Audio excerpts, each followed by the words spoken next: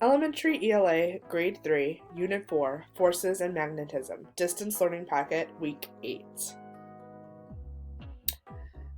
So, over the course of this unit, we have learned about forces in physical science through the study and research of magnetism and electricity. We worked on our Day 1 vocabulary.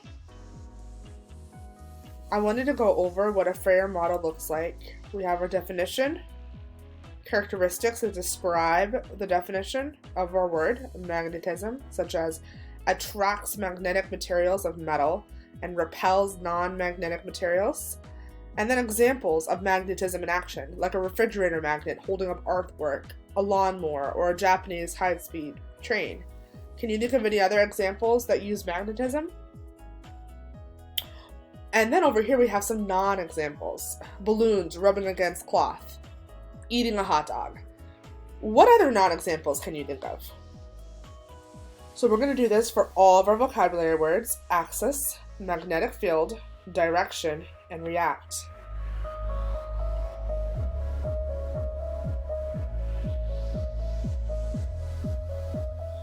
Magnetic fields and the magnetic compass.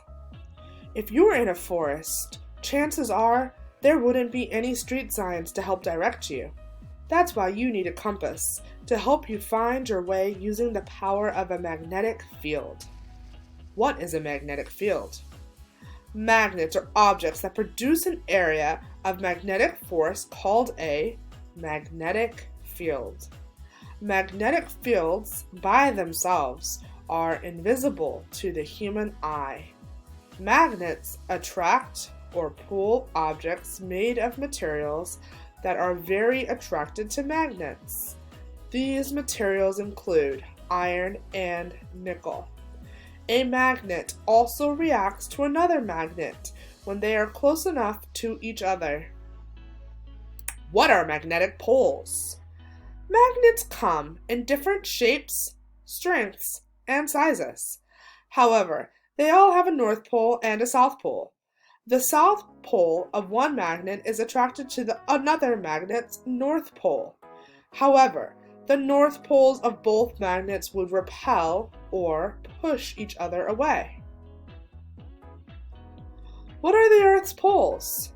The Earth is like a huge magnet. It has a magnetic field, and it has magnetic north and south poles. The Earth's magnetic poles are not to be confused with its geographic poles, though. The Earth is tilted on an axis. The geographic North Pole is located at the most northern end of the axis. This place is in the middle of the Arctic Ocean. The geographic South Pole is located at the most southern end of the axis, and this can be found in Antarctica. The Earth's magnetic poles are in the general direction of the planet's geographic poles. However, unlike the geographic poles, the magnetic poles are not always in the same place. They are moving slowly. How does a compass work? A compass is used to show direction. There are different types of compasses. They include the magnetic compass, the solar compass, and the gyro compass. When people talk about a compass, they often think about the magnetic compass. A magnetic compass is usually comprised of a magnetized needle and a card with a north, south, east, and west printed on it. One end of the needle is attracted to the Earth's magnetic north pole. This end is often painted red, with one end showing you the direction of north. You can use the compass to figure out the other directions too. Let's take a look at our Day 2 activity. Day 2. Today you will read magnetic fields and the magnetic compass and answer the questions about the text. First, we read the text one time with minimal interruptions. We answer the questions below using complete sentences, paying attention to grammar and punctuation. Be sure to use the evidence from the text to support your answer. Magnets are objects that produce an area of magnetic force called a magnetic field. Magnetic fields by themselves are invisible to the human eye. Magnets attract or pull objects made of materials that are very attracted to magnets. These materials include iron and nickel. A magnet also reacts to another magnet when they are close enough to each other. So let's look at our text-dependent question. What is a magnetic field? First, I'm going to look for some keywords. My keywords are magnetic and field. So when I go back and look at my text, I'm going to see if I can find these words, magnetic field. Magnets are objects that produce an area of magnetic force called a magnetic field. But I want to know, what is a magnetic field? Well, I know that magnets produce them. So magnets are objects that produce an area called a magnetic field. Let's see if I can read more.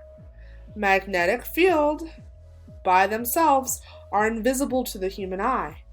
Magnets attract or pull objects made of materials that are very attracted to magnets. These materials include iron and nickel. This seems like important information. A magnet also reacts to another magnet when they are close enough to each other. Well, it didn't ask me what do magnets do. It said, what is a magnetic field? So I'm going to begin writing by saying, a magnetic field is invisible to the human eye. This is directly from the text. Is invisible to the human eye. What else do we know about magnetic fields? We know that magnets produce them. Magnets produce the area that are called magnetic fields. The action of magnets attracting and pulling, as well as repelling objects, creates a magnetic field. And they're only attracted to iron and nickel. So, magnets produce an area of magnetic force called a magnetic field. They do this by attracting and repelling objects. They attract, let me be specific, magnets react to other magnets as well as iron and nickel.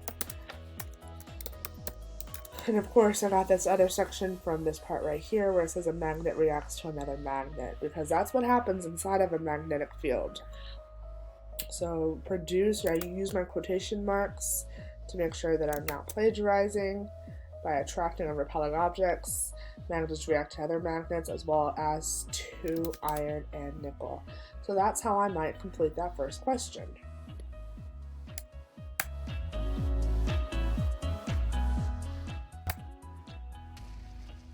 Alright, let's do this next one together. Alright, let's look at the question first. How does a compass work? So we're looking for the keywords compass, and we're looking for how it works. Alright? So a compass is used to show direction.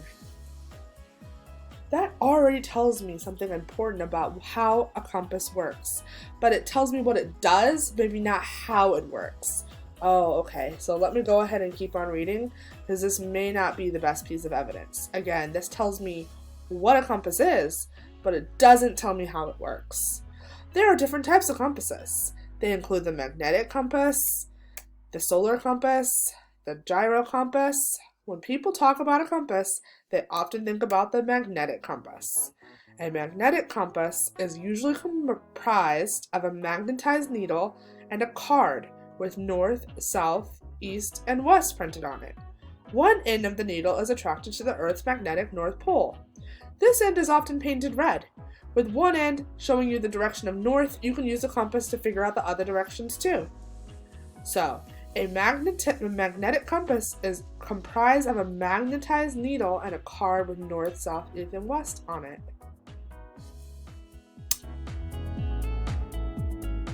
Printed on it.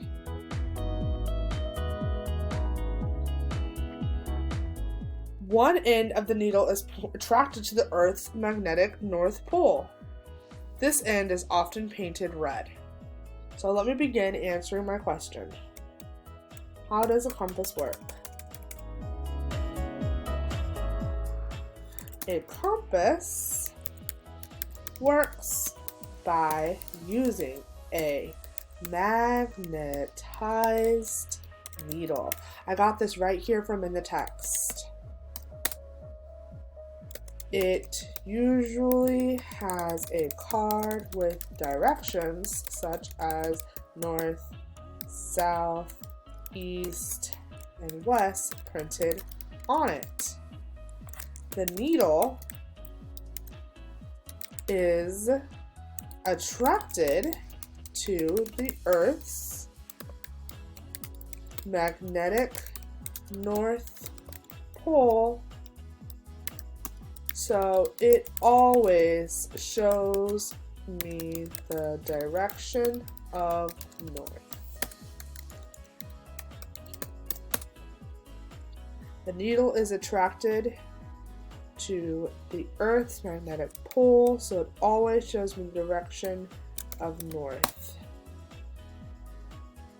If I wanted to get really fancy, I would say according to the text, comma, the needle is attracted to the Earth's magnetic north pole, so it always shows me the direction of north. The compass works by using a magnetized needle. It usually has a card with directions such as north, south, east, west printed on it.